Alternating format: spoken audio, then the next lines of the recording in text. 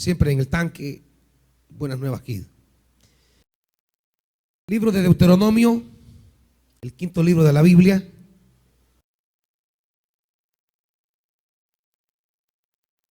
Deuteronomio capítulo 18.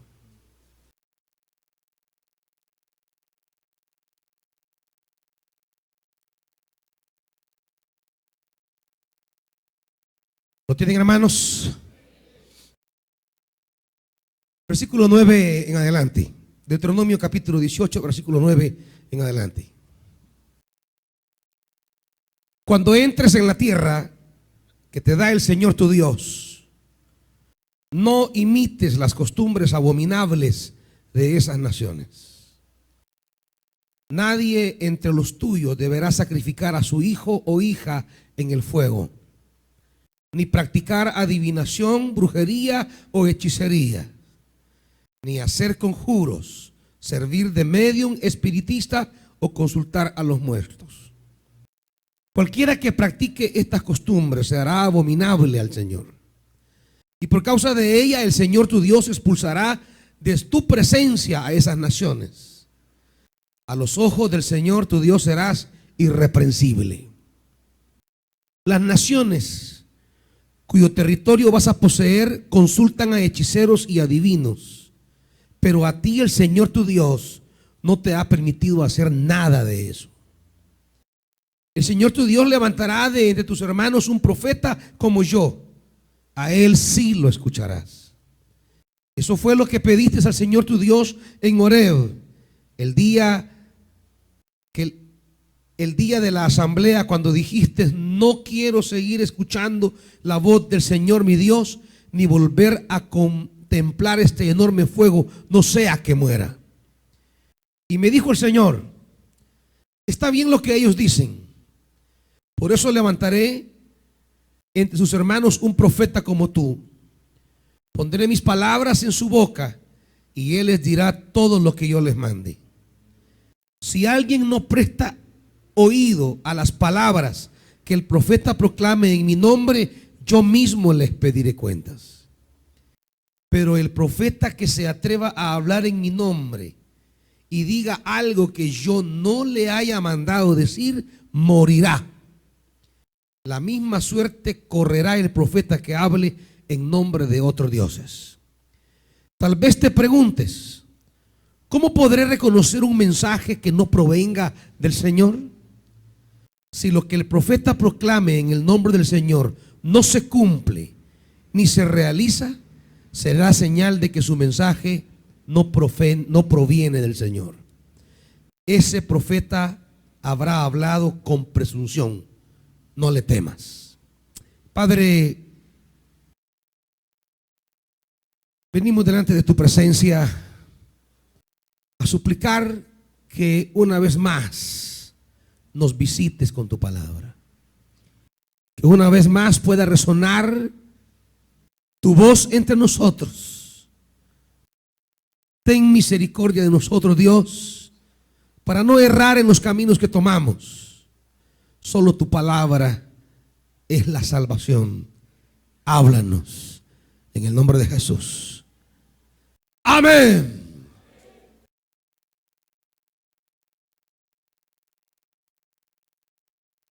Guayito, bienvenido, Guayito. Está en su casa y ya se va. Va.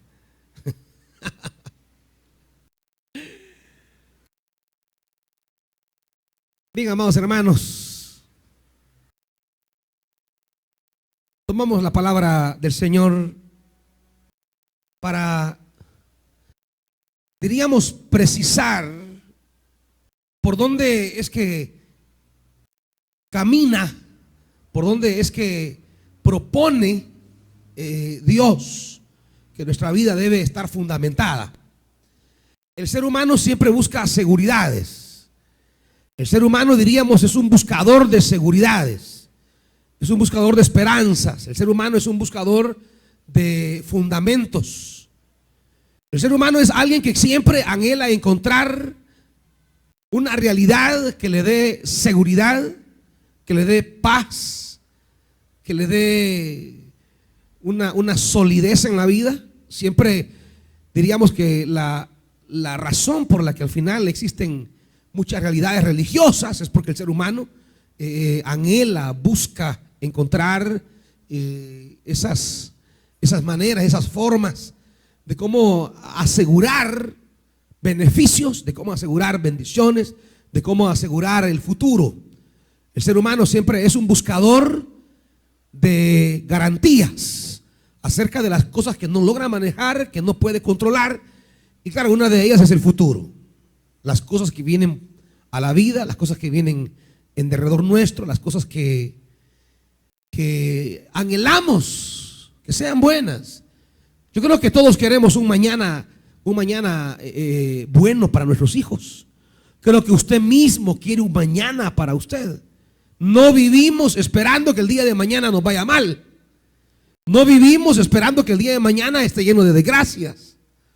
No vivimos esperanzados a que ojalá la otra semana todo se me venga abajo. No, no. Vivimos siempre con la expectativa de que las cosas nos vayan mejor. ¿O no es así, hermanitos? ¿O usted vive esperando que sus hijos les pase alguna desgracia? ¿O usted vive esperando que las cosas que hoy emprende fracasen? ¿O usted vive trabajando con la expectativa, ojalá que no me paguen? Ojalá que me roben el sueldo. Ojalá que me roben el carro. Ojalá que me enferme. Yo creo que nadie vive con una expectativa de fracaso en su vida. Creo que vivimos en la esperanza que nos vaya bien, que podamos ver la mano de Dios bendiciéndonos, que nuestros hijos crezcan sanos, que los proyectos que emprendemos sean bendecidos, que aquello que iniciamos sea prosperado por Dios. Creo que todos vivimos con la expectativa que los días que vienen sean mejores a los días presentes, ¿o no, hermanitos? Pero hay quienes no les basta solamente vivir con expectativas positivas respecto al futuro. Hay quienes no les basta tener buenos deseos respecto a las cosas que anhela. Y cuando no nos basta las expectativas, queremos garantías. Es decir, no me basta con querer que me vaya bien. Quiero estar seguro que me vaya bien. No me basta con el esfuerzo que realizo pensando que me vaya bien. No, no. Yo quiero hacer un trabajo, pero quiero asegurar que me vaya bien.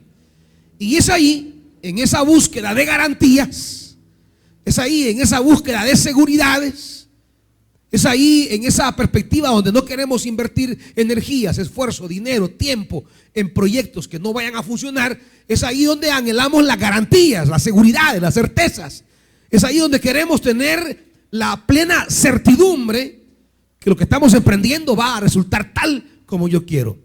Y ahí es donde se abre un abanico de posibilidades creadas por el hombre para garantizar los resultados que yo quiero en aquello que emprendo. Es ahí donde el ser humano quiere crear no solamente expectativas, sino quiere crear garantías, certezas, que en realidad lo que está haciendo va a fructificar, que en realidad lo que está emprendiendo, invirtiendo, tendrá asegurados los resultados mejores. Es ahí donde a esa expectativa de mejores días le queremos agregar una garantía de que esas expectativas lleguen exactamente o mejor a aquello que estamos nosotros pensando. Y es ahí donde los seres humanos han creado toda una serie de mecanismos que les permita garantizar que lo divino toque lo material.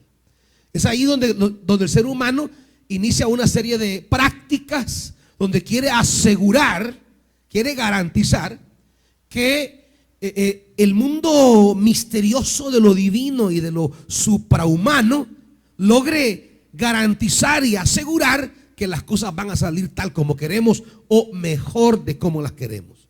Y es ahí donde entra una serie de prácticas que mencionará de manera muy clara la palabra ahora, donde las naciones contrarias a Israel han querido encontrar esa garantía, las prácticas donde de manera cultural los seres humanos han querido hallar las certezas acerca de los proyectos que vienen. Y luego Dios le dirá a Israel dónde realmente está la garantía.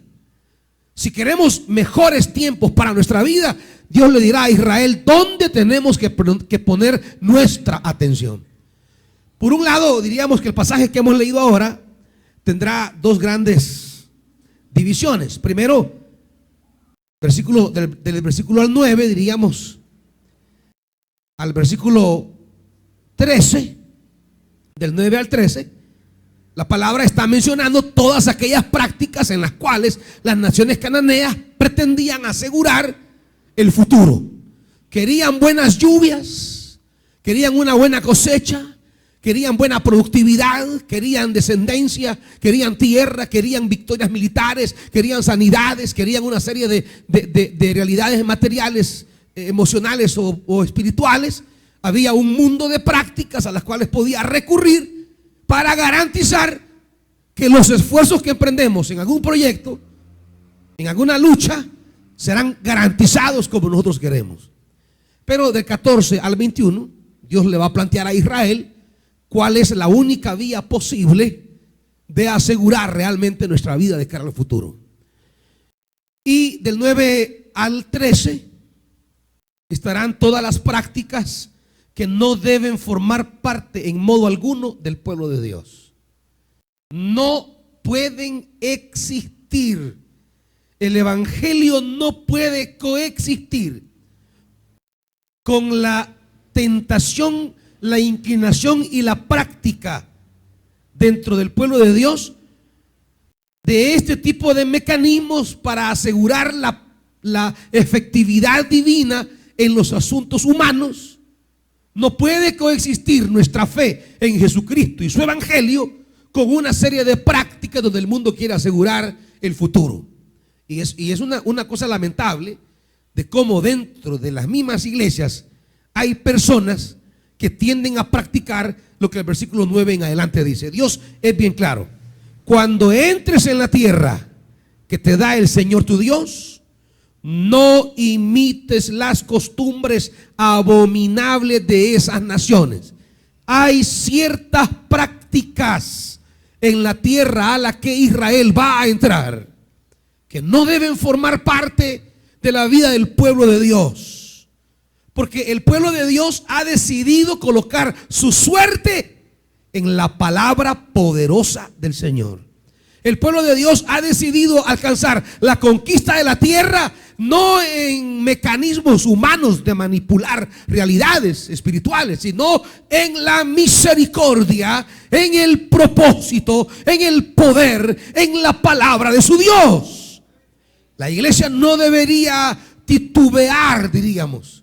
La iglesia no tendría que experimentar ninguna sombra de duda respecto a dónde reside su bendición.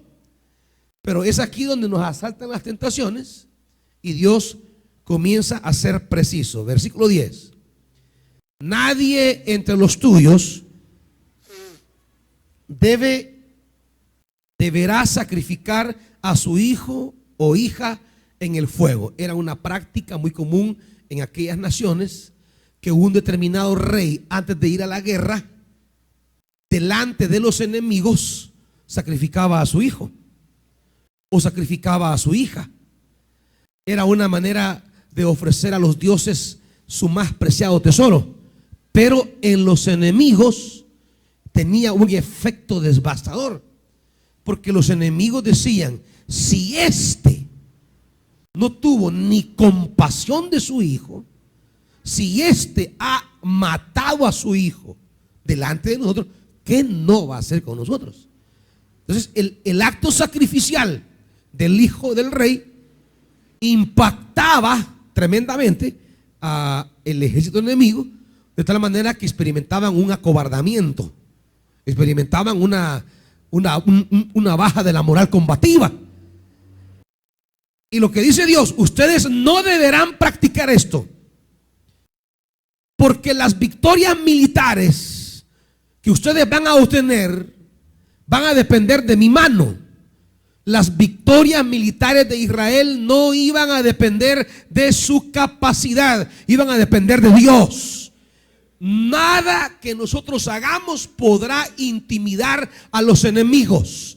Es Dios quien intimida a los adversarios. A veces la tentación humana es querer intimidar al contrario, hacer algo para provocar pánico, hacer algo para provocar miedo y decir que nos tengan miedo.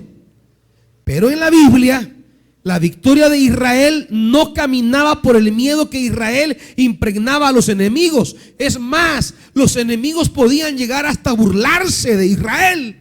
¿Cuántas veces los enemigos se burlaron de la pequeñez, de lo ínfimo que era Israel? Todos recordamos a Goliat, por ejemplo, cuando David presenta batalla y ve a aquel muchacho chaparrito, sequito, insignificante, y él una tremenda mole con un armamento especial.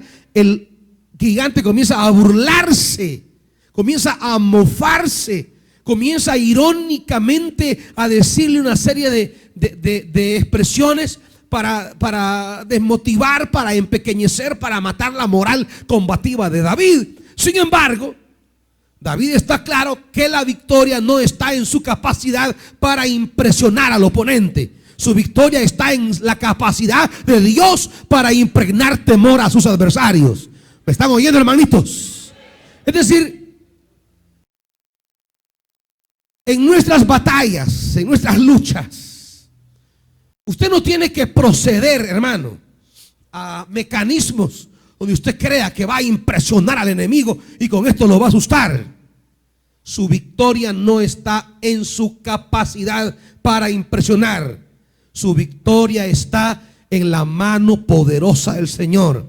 Su preocupación no debe ser impresionar al hombre, sino impresionar a Dios. Su preocupación no debe ser cómo apantallo a los hombres, cómo impresiono a los hombres. Su preocupación debe ser cómo apantallo a Dios, cómo impresiono a Dios. Y claro, el profeta dirá más adelante que la manera de impresionar a Dios es tomar su palabra, apegarnos a su palabra y vivir de acuerdo a esa palabra. Cuando el pueblo se deja impresionar por la palabra, impresiona a Dios, y Dios viene y Él es el que asusta a sus enemigos. Sus enemigos van a huir no por su grandeza, hermanitos. Por eso yo les digo, hermanos, van a haber enemigos más grandes que usted en el campo de batalla, no lo dude. Va a haber gente con mayor capacidad, gente con mayor poder. Usted va a tener a su alrededor gente que le quiere hacer daño y será 10 veces más poderoso que usted. Pero usted no tiene que tenerle miedo. A quien tiene que tenerle miedo es a Dios. A quien debe agradar es a Dios, porque será Él quien se encargue de desarmar a sus enemigos. Será Él quien despierte en ellos un miedo por usted. ¿Me está oyendo eso? Dice el libro de Esther, mire, acompáñenme el libro de Esther.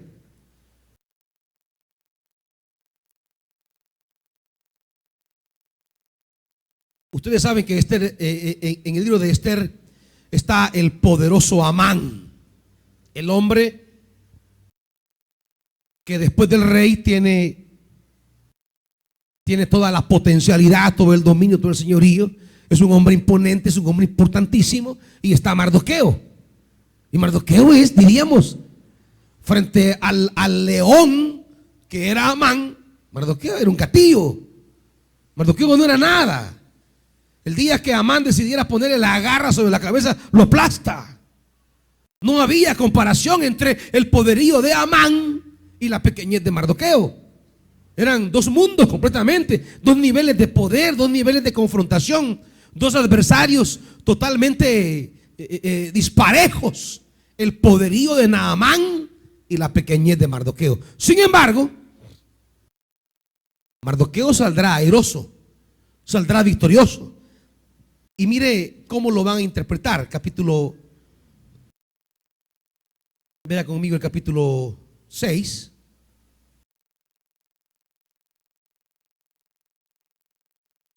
Amán tiene un odio terrible contra Mardoqueo. Ya lo dirá el capítulo 5. El capítulo 5 se cierra en el 14 diciendo: su esposa Zeres y todos sus amigos le dijeron: haz que se coloque una estaca a 25 metros de altura, y por la mañana pídele al rey que empale en ella a Mardoqueo, así podrás ir contento al banquete con el rey. La sugerencia le agradó a Amán y mandó que se colocara la estaca. Ya todo está preparado para el empalamiento de Mardoqueo. ¿Qué era eso de empalamiento? Era sembrar a Mardoqueo sobre una estaca, literalmente. O sea, así como un pincho, pues. Como usted ve que se mete el pincho en la carne, eso era un empalamiento, hacer de Mardoqueo un pincho. Y eso le daría satisfacción. ¿Tenía él el poder para hacerlo? Claro. ¿Tenía los recursos? Sí. ¿Tenía las ganas? Le sobraban. ¿Tenía Mardoqueo una manera de evitarlo? En su humanidad, nada. ¿Podía impedirlo? No, no podía impedirlo. Pero dice la palabra, capítulo 6. Aquella noche el rey no podía dormir. Así que mandó que le trajeran las crónicas reales, es decir, la historia de su reino, y que se las leyeran. Y ahí constaba que Mardoqueo había delatado a Bigtán y Teres, dos de los eunucos del rey, miembros de la guardia, que habían tramado a asesinar al rey Asuero. Y el rey preguntó: ¿qué honor o reconocimiento ha recibido Mardoqueo por esto? Y sus ayudantes personales le dijeron: no se ha hecho nada por él. Y Amán acababa de entrar en el patio exterior del palacio para pedirle al rey que empalara a Mardoqueo en la estaca que había mandado levantar para el rey. Así que el rey, para él, perdón. Así que el rey le preguntó: ¿quién anda en el patio? Sus ayudantes respondieron: el que anda en el patio es Amán. Que pase, ordenó el rey. Cuando Amán entró, el rey le preguntó: Amán, ¿cómo se debe tratar al hombre a quien el rey desea honrar? Y claro, Amán comenzó a hacer sus cuentas alegres, pues. Y Amán comenzó a decir: ¿a quién va a querer honrar el rey sino a mí? Y contestó: para el hombre a quien el rey desea honrar, que se mande traer una vestidura real que el rey haya usado, un caballo en el que haya montado y que lleve en la cabeza un adorno real. La vestidura y el caballo deberán entregarse a uno de los funcionarios más ilustres del rey, para que vista al hombre a quien el rey desea honrar y que lo pasee a caballo por las calles de la ciudad, proclamando a su paso: así se trata al hombre a quien el rey desea honrar. ¿Se da cuenta de la ironía de esto, hermanitos? Cuando el hombre justamente iba a pedir la muerte de Amán, de Mardoqueo, perdón, saldrá de ahí con la orden de ir a honrar a Mardoqueo. Y le dice el rey 10: ve de inmediato, le dijo el rey a Amán, toma la vestidura y el caballo tal como lo ha sugerido, y haz eso mismo con Mardoqueo, el judío que está sentado a la puerta del rey. No descuides ningún detalle de todo lo que ha recomendado. El día que a usted lo tengan ya topado a la pared y ya no hay esperanza para usted, el día que le toque su ejecución, ese día será el día que Dios lo honra, hermanito. ¿Me está oyendo? Pero en la perspectiva de Deuteronomio, habremos de apegarnos a la palabra de Dios, que es la única garantía que tenemos que nos vaya bien en la vida, y no buscar maneras nuestras humanas de cómo asegurar y de cómo garantizar nuestra victoria. Y mire lo que dice al final, versículo 12: después Mardoqueo volvió a la puerta del rey. Claro, él como que nada. Eso a él no lo hacía más ni menos. No es que porque acababa de recibir esa honra, ya él se sentía la divina garza, que en medio reciben un reconocimiento y ya se creen No. Él volvió al mismo lugar, a la puerta donde estaba. Como que nada le ha ocurrido. Pero Amán regresó a su casa apurado, triste y tapándose la cara. Y les contó a Zeres, su esposa, y a todos sus amigos todo lo que le había sucedido. Entonces sus consejeros y su esposa Zeres le dijeron: si Mardoqueo, ante quien has comenzado a caer, es de origen judío, no podrás contra él. Sin duda acabarás siendo derrotado. Oye eso, hermanito. Eso van a decir de ustedes. Si fulano de tal es un hijo de Dios, es un siervo del Señor, es un creyente en Dios, y has comenzado a caer delante de él, vas a terminar derrotado. No por usted, por el Dios que está con usted, hermanito. Mardoqueo, no se preocupó por querer contrariar la iniciativa de Amán de matarlo. Ahí lo dejó. Mardoqueo se preocupó por hacer la voluntad de Dios. Y cuando Mardoqueo se preocupó por hacer lo que Dios quiere, es Dios quien va a obrar a nuestro favor, hermanitos. Volvamos a Deuteronomio 18. Por eso no deberás sacrificar a tu hijo. No es cosa de impresionar a la gente, es cosa de agradar a Dios. Él se encargará de tus adversarios. Tampoco deberás practicar adivinación, brujería, hechicería, ni hacer conjuros, ni servir de espiritista o consultar a los muertos. ¿Están oyendo, hermanitos?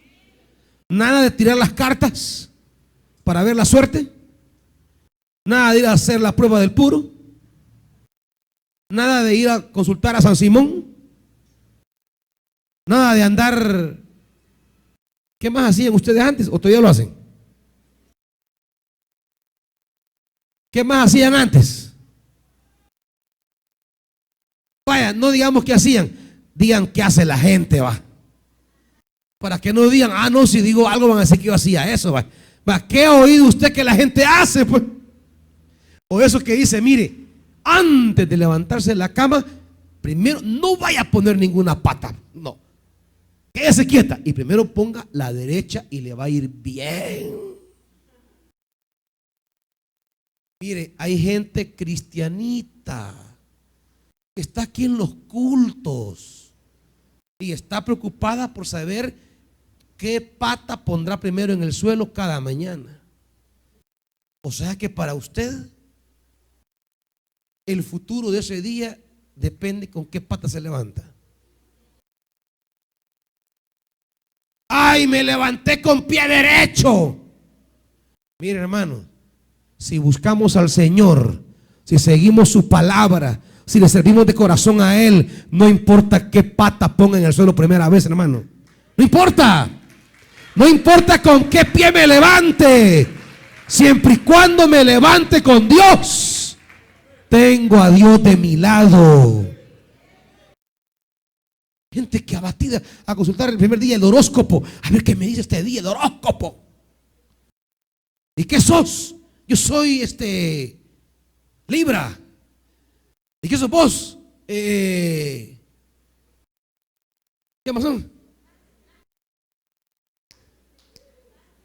Cáncer. Géminis.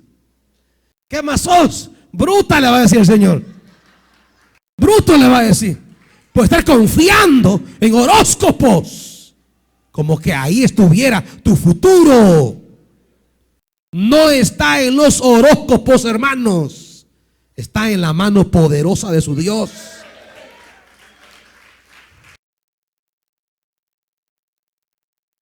Miren, y la prueba del puro, ¿para qué la hacen, hermanos? O sea, el mundo, pues me refiero. ¿Qué ha oído usted? Yo no sé para qué la hacen, solo oigo que la hacen. Para que la pareja no se vaya. Va. Quiero asegurar el amor de mi vida, lo quiero amarrar. Pues si nadie quiere hablar, si ya pasó, hermanito. Eso hizo usted antes. Usted diga que hacía, pues. ¿Y sabe qué es lo peor? Esas son puertas que abrimos al mundo de los demonios. Porque es querer asegurarse el futuro de la vida no en Dios, sino en presencias contrarias a Dios. Que quiero amarrar a este hombre, lo quiero amarrar para siempre. Por gusto, hermanitos. Que esta mujer la voy a amarrar para siempre. Y allá van a hacer la prueba del burro. Bueno, no del burro, del puro. La prueba del puro. A botar el dinero, a perder el tiempo y a abrirle puertas espirituales a las tinieblas. A abrir ventanas espirituales al mundo de los demonios. ¿Y sabe qué es lo más lamentable? Hermanitos, están en la iglesia, pero están, como decía la palabra en la mañana, un pie en Baal y un pie en Jehová, queriendo quedar bien con el diablo y queriendo quedar bien con Dios. O sea, por si Dios no me ayuda, me va a ayudar el diablo. Y si el diablo no me ayuda, me va a ayudar Dios.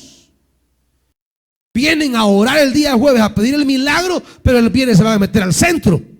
No me refiero al centro de Salvador, sino que al centro al centro de brujería.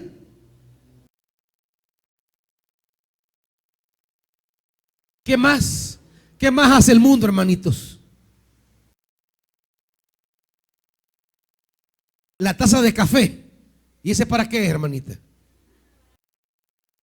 Secretos.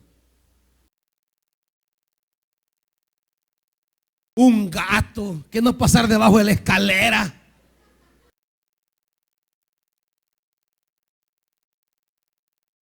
Un huevo para limpiar la panza al niño. Bueno, aquí a los bichos le han pasado el huevo ustedes, hermanitos. Ahí terminan con cara de huevo los niños. ¿Qué más han hecho, hermanitos? Bueno, ¿qué más hace el mundo? Que la limpia con ruda. ¿Y qué le limpian?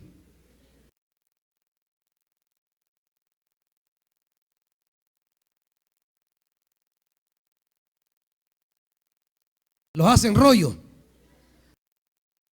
Les hacen nudo. ¿Qué más? ¿Cómo? Consultar los muertos. Si la lora canta, se va a morir alguien. La aurora. La lora, dije.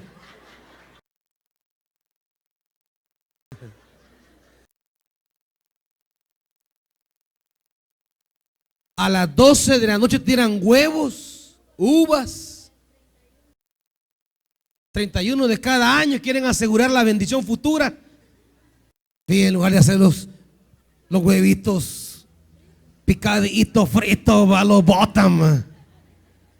¿Qué más hacían por aquí ustedes, hermanitos? Leen el cigarro. ¿Cómo lo hacía, hermana? No, ¿cómo lo hace el mundo? Ven el cigarro para ver si lo están traicionando.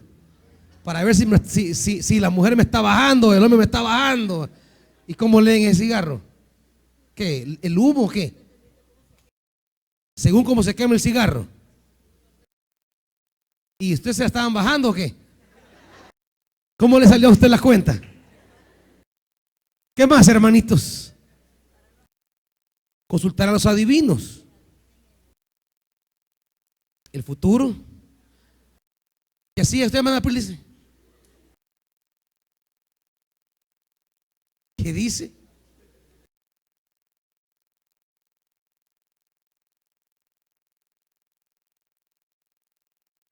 Ropa interior roja. Un calzón rojo, calzoncillo rojo para que no le hagan daño.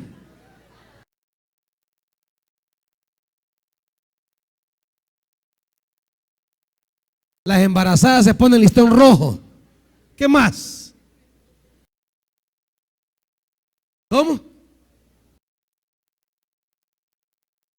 Ponerse la ropa interior al revés, imagínense. ¿Qué más, hermanitos?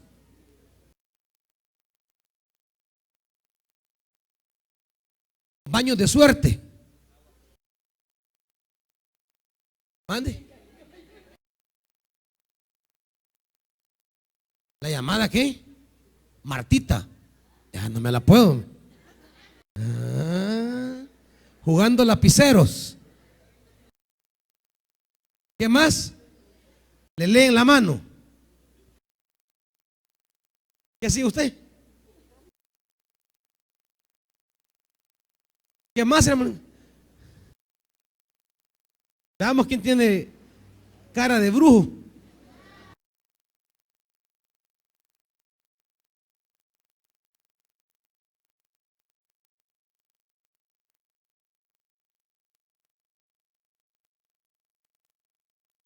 Para que no les hagan ojo. Miren, hermanos, hay una cantidad de supersticiones en los cuales los hijos de Dios están confiando como confía el mundo. O sea, y Dios, pues, o sea, Dios está pintado. Tenemos un Dios de mentira entonces.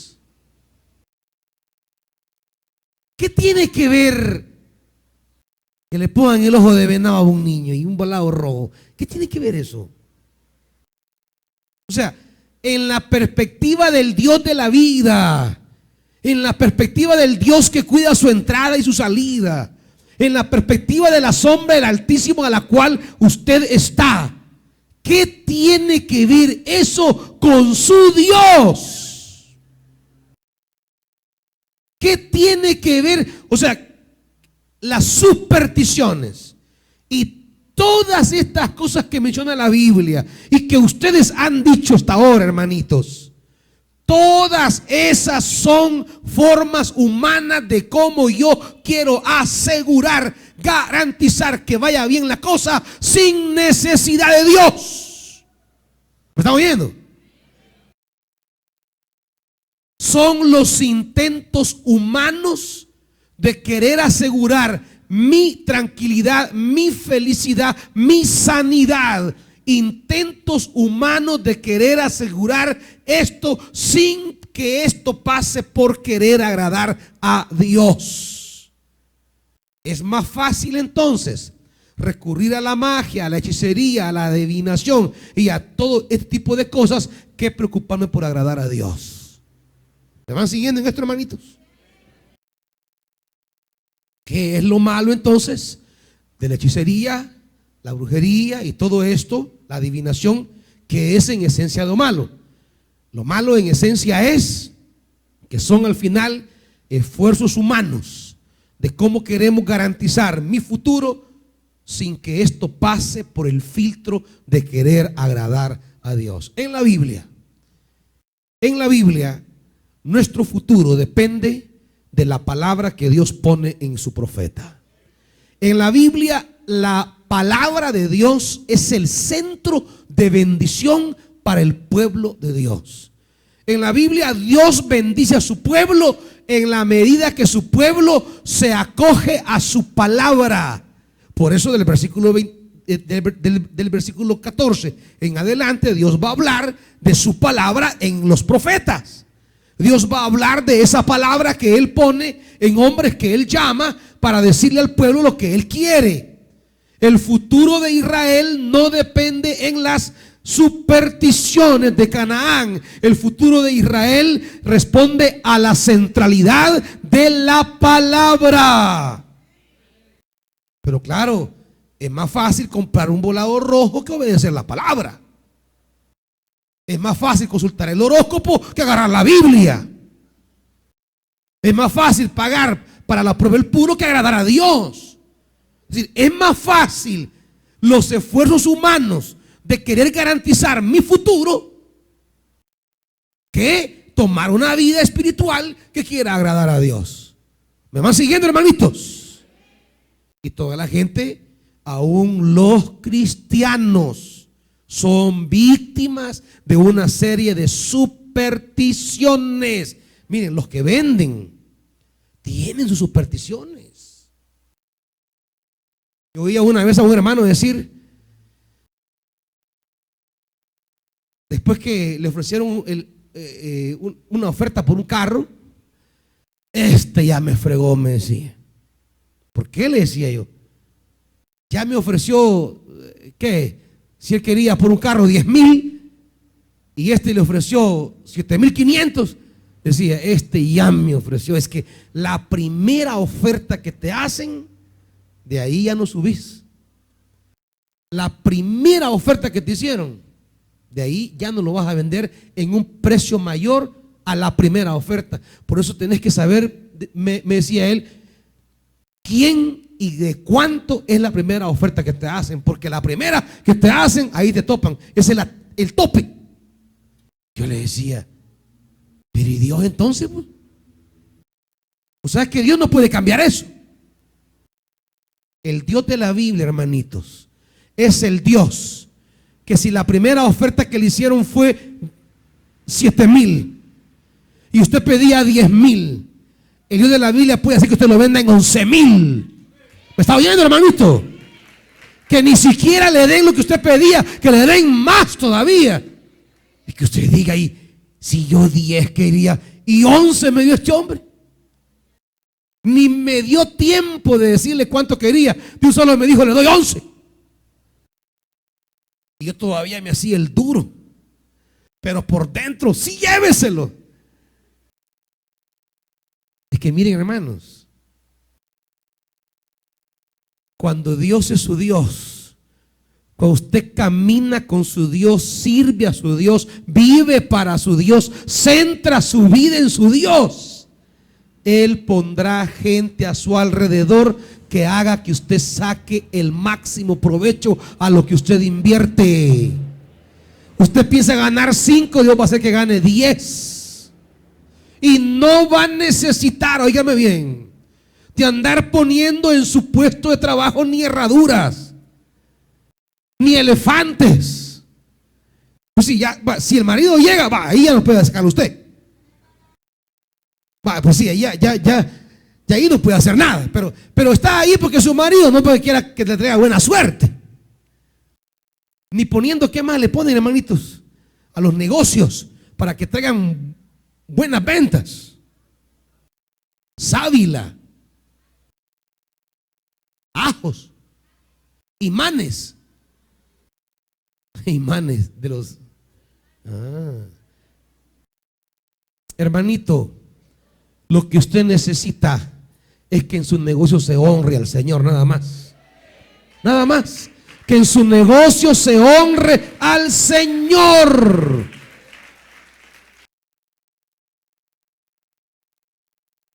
Y cuando alguien llegue a su negocio y le diga, Pochicalupe, ¿y esto? ¿Ya ves mi esfuerzo? Mira. ¿Ya ves lo que me costó? Mira. Y comienzo a hablar de lo que me costó. A que yo le diga, esto que ves aquí es el Señor. Él me ha provisto, Él me ha dado. En el local donde se honre al Señor, ¿usted cree que Dios va a deshonrar el lugar donde se le honra? ¿Usted cree que Dios va a arruinar el lugar donde se le exalta? Que en lugar de una herradura la gente vea, ¡ey, qué bonita esta frase de la Biblia, verdad! ¡Ey, qué tremendo! ¡Ey, qué alabanza las que estás viendo aquí en el negocio! Pero claro, de repente llega el negocio y pues sí, puede tener ahí elefantes, herraduras y gran música de perreo por gusto. Es por gusto. Ahí no va Dios a mover su mano.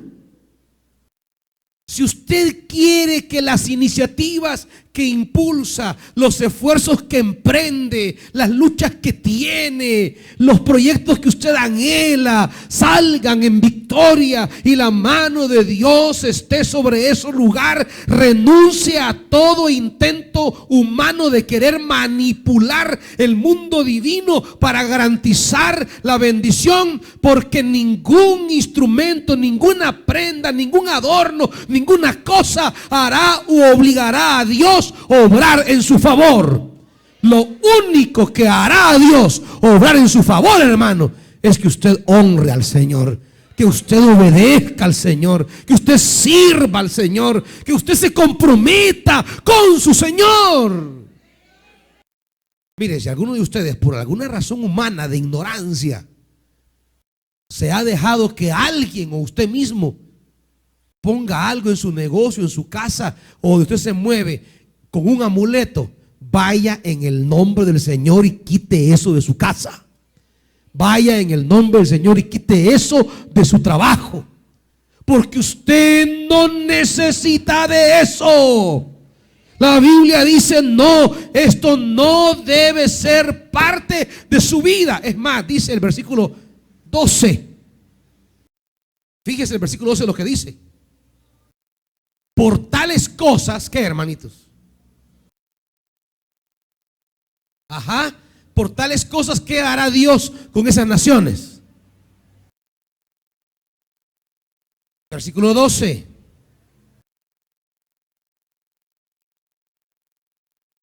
Por estas abominaciones Dios echará a esas naciones. La tierra de Canaán Dios se la está dando a Israel, y esas naciones serán echadas. Pero ¿qué es lo que lleva a Dios a echar a esas naciones? Que esas naciones son practicantes de estas abominaciones. ¿Cuál va a ser la consecuencia si Israel cae en estas prácticas? Lo mismo. Será echado de la tierra. Va a contaminar la tierra. Si andamos practicando estas cosas, lo que va a ocurrir más bien es que terminemos perdiendo lo que Dios nos ha entregado. En lugar de asegurar o garantizar lo que queremos, vamos a terminar perdiéndolo. Lo primero que dice entonces la palabra esta mañana, hermanitos, es: no se hagan ilusiones queriendo asegurar de forma humana el favor divino. Si queremos asegurarnos el favor divino, debemos agradar solo al Señor. No hay más. No hay mecanismos, prácticas ni ritos en los cuales garanticemos aquello que tanto anhelamos. La única manera es agradando en nuestra vida al Señor. A los ojos del Señor serás irreprensible. 14 en adelante, Dios le dice a Israel: yo te levantaré un profeta, y ese profeta será portador de mi palabra. Versículo 18: pondré mis palabras en su boca, y él les dirá todo lo que yo le mande.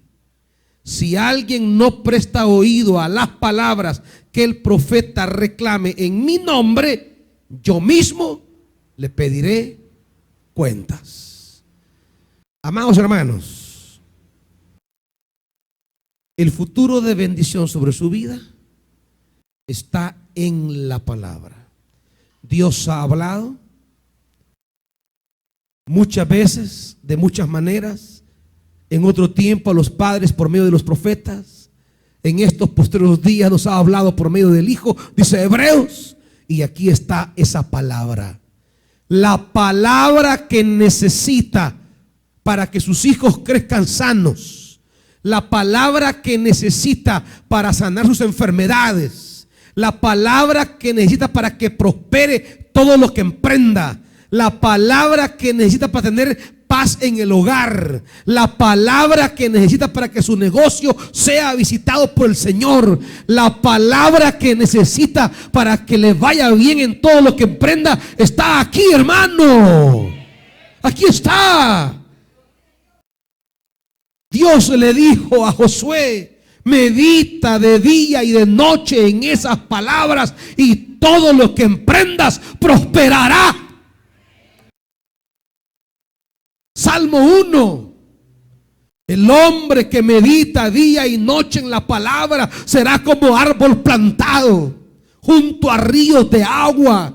Dará fruto a su tiempo, su hoja no cae y todo lo que emprenda prosperará. La palabra, aquí está la palabra. ¿Por qué queremos asegurar el éxito al margen de la palabra, hermanitos? Eso es paganismo. Eso es paganismo. De todas las maneras posibles. Decía un predicador un día de estos: acabo de contratar, me decía, a un asesor en mercadotecnia para que me diga cómo vamos a llevar la iglesia en los próximos 5 años. Yo le decía: eso es paganismo, le decía yo. Para eso hemos recibido el Espíritu Santo. Es el Espíritu quien nos dirigirá, quien nos asesorará, quien nos llevará, quien nos dirá por dónde va a caminar la iglesia. Es el Espíritu Santo, no un encargado de mercadotecnias. Las maneras humanas de cómo queremos asegurar el futuro, eso es paganismo, hermanos. Esa es idolatría. Usted dice: si yo no tengo a San Ambrosio en la pared, yo no soy idólatra. Ah, pero ¿de qué maneras está usted queriendo asegurar el futuro sin tomar en cuenta a Dios? ¿De qué manera quiere amarrar usted su seguridad sin tomar en cuenta a Dios? ¿De qué manera quiere garantizar lo que viene a su vida sin tomar en cuenta a Dios? Todo intento de querer asegurar mi futuro de espaldas a Dios es paganismo e idolatría. Solo la palabra, hermanitos, es el camino de nuestra bendición. Pónganse de pie, hermanos.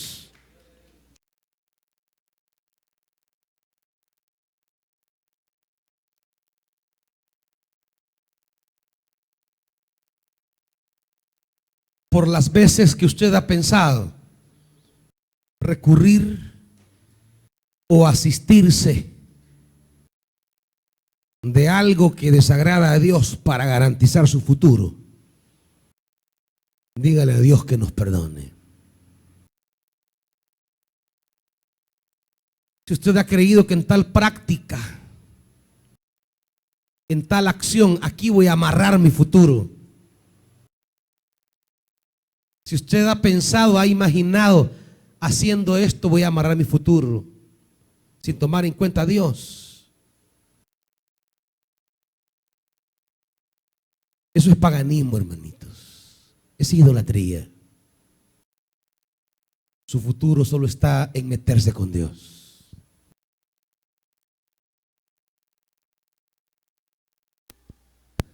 Ni el mejor trabajo que haya garantiza su futuro. Su futuro está en el Señor. Pues el Señor puede darle ese y mejores trabajos todavía. Ese y mejores negocios todavía. Que ya llega al hombre de mi vida. No, hermanita, no, hermanito. Ahí no está su futuro. Su futuro está en el Señor. En seguirle, obedecerle, tomar su palabra, servirle todos los días de su vida, agradarle. Allí está su futuro, ahí está su seguridad. No esté creyendo que lo que tiene asegura su futuro, hermanitos. En un mundo donde nos hablan de asegurar el futuro, asegurar la vejez con esto, nada de eso asegura nada, hermanitos. Quizás ha preparado todo y ni a viejo va a llegar. Solo el Señor, nada más. Solo el Señor asegura los tiempos venideros. Solo el Señor, hermanito, asegura los días por venir. Sírvale, sígale, témale, obedézcale. Lo que tú quieras, Señor, donde tú me lleves, Señor. Ay, que ya hallé la felicidad en fulano de tal. Ay, que ya hallé la felicidad en fulana de tal. Ya hallé la felicidad en este trabajo. Que ya hallé la felicidad en este... No, hermanitos. Su alegría solo está en Dios. Su alegría solo está en el Señor y lo que Dios es capaz de hacer por usted. Lo que Dios es capaz de hacer para usted.